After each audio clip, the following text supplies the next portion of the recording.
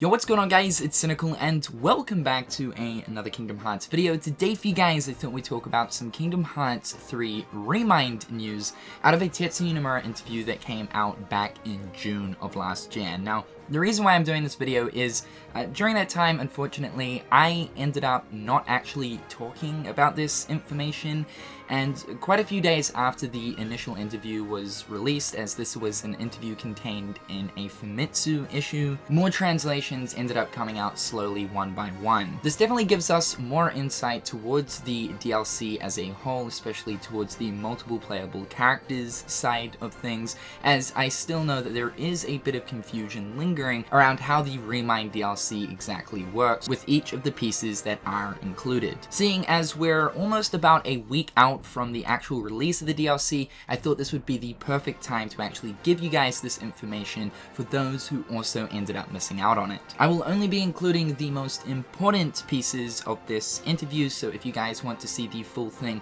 I will leave the link in the description down below. As per usual, a big thanks to KH13 for the English translations. But before we get into the spiciness, a quick message from today's sponsor. You know what they say, you're not a real YouTuber these days unless you've taken a sponsor from Raid Shadow Legends. We did it, Mom! Raid Shadow Legends is a free-to-play turn-based RPG for both Android, iOS, as well as PC, and has an emphasis on hero and champion collecting. So if you're one of those avid collector types, you might want to give this a looky-looky. So let's open up a few of these bad boys. We're opening up Ancient Shards, which are the blue one. Ghoulish Ranger. Ooh, damn, look at that unmoisturized face. Beautiful.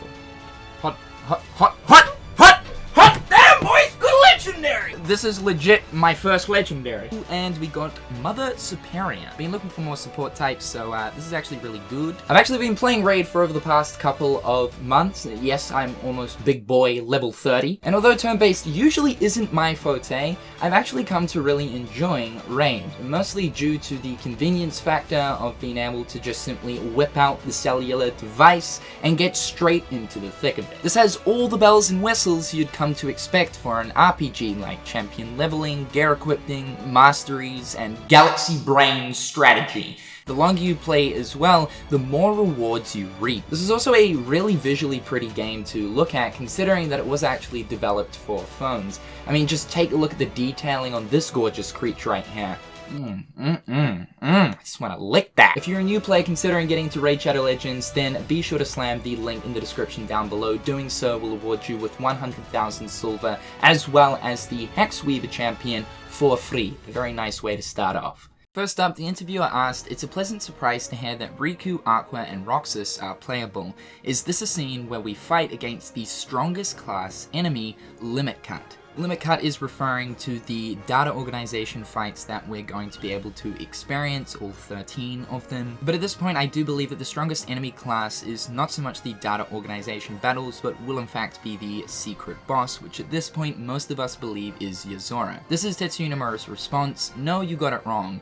The elements shown during the video are included in the main story. It is not related to Limit Cut. The last thing shown during the video is a new Keyblade and transformation, Oathkeeper, for Sora.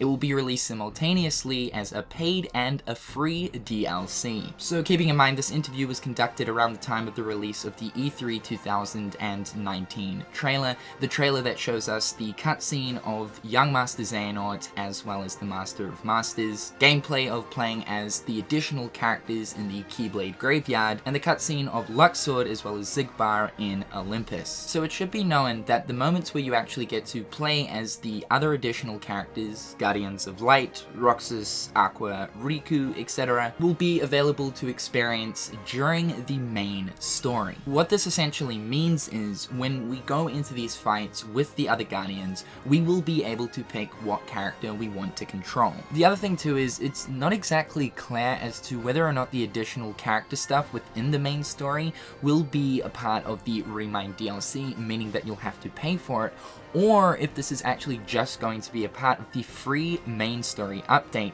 as of course in the contents of all of the new stuff coming for Kingdom Hearts 3, under the free update stuff, we know we are getting a main story update, which at this point we've pretty much talked about being just new cutscenes. Though of course not confirmed, we don't actually know what this main story update is actually going to consist of. However, I do have a feeling that the additional playable character stuff, because it is part of the main story, is likely to actually be a part of that main story update. I also know that a lot of people at the moment have been talking about whether or not the update, which is known as 1.07, will release shortly before the DLC is released on the 23rd of January. From what Tetsuya Nomura is saying, it will be released simultaneously along with the DLC. Next, then Riku and his friends are also playable in the additional scenario, meaning the Remind scenario, which is the big new story chunk that will be introduced via the Remind DLC. Nomura says you can play as Riku and Aqua in the main story,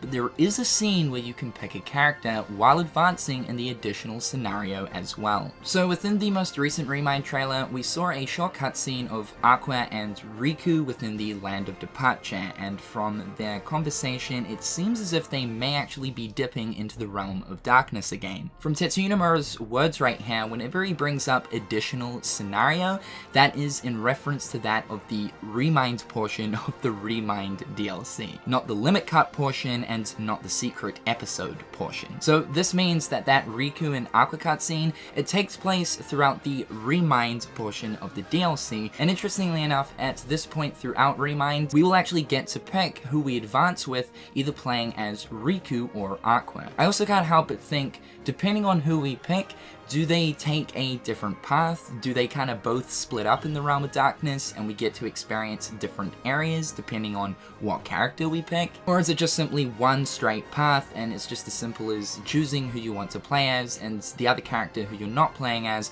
will be your party member? Next, it seems like the scenario takes place during the final battle at the end of the main story.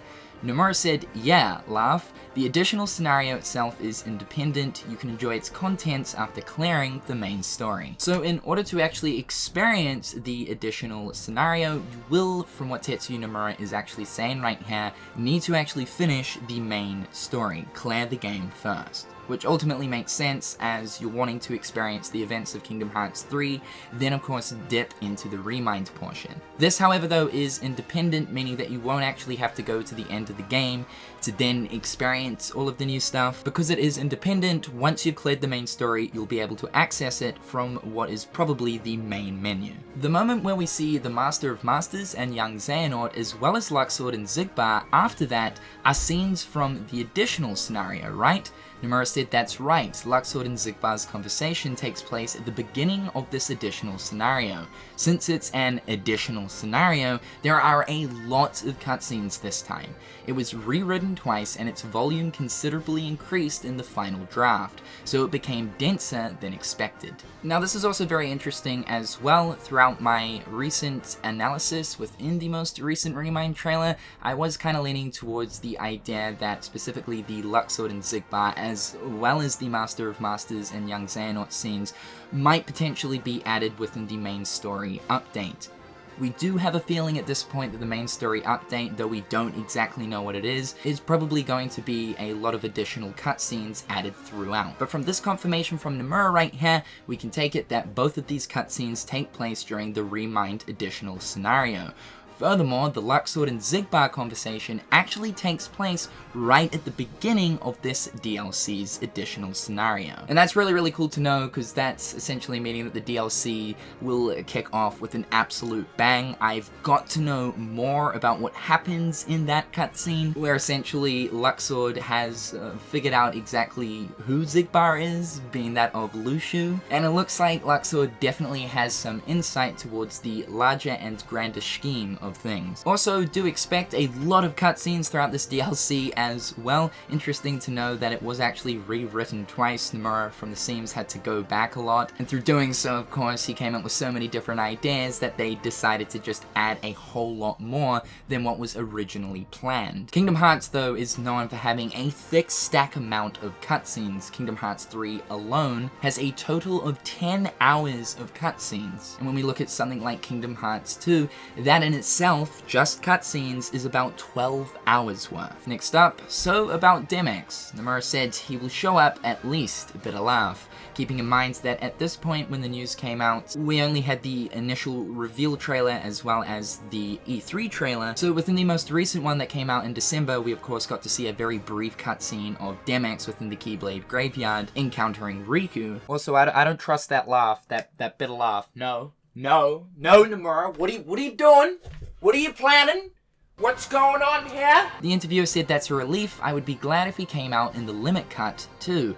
Nomura said, I can't say much about the Limit Cut bosses for now, but it will contain a close amount of bosses like last time, Kingdom Hearts 2 Final Mix. Again, at this point in time, we really weren't too sure as to exactly what the Limit Cut bosses were, though we did have an idea that it might be the whole data organization thing once again, and at this point, we definitely know that is the case. Though I don't think we'll be getting Demyx as a data fight, as of course he wasn't a part of the true Organization 13. The interviewer continued to say, what, 13? Isn't that way too much? Nomura said it has plenty of surprises. The additional scenario as a whole contains the Limit Cut episode and bosses, among others, along with the secret episode and boss. For a DLC, it's a self-sufficient volume. So this is a really interesting slice right here. The Limit Cut episode in itself is actually contained within the additional Remind scenario, which is the big thicker part of the DLC. He also mentions right here, along with a secret episode and boss, though I'm not too sure if that means the secret episode is also on top of, contained within the additional scenario, just like the Limit Cut stuff. But what this tells us is the Limit Cut with all of the data organization fights will be a part of the DLC portion and not actually the main game. Of course, we know that we are getting an expanded Scala, and it seems like that expanded Scala will be a part of the DLC and not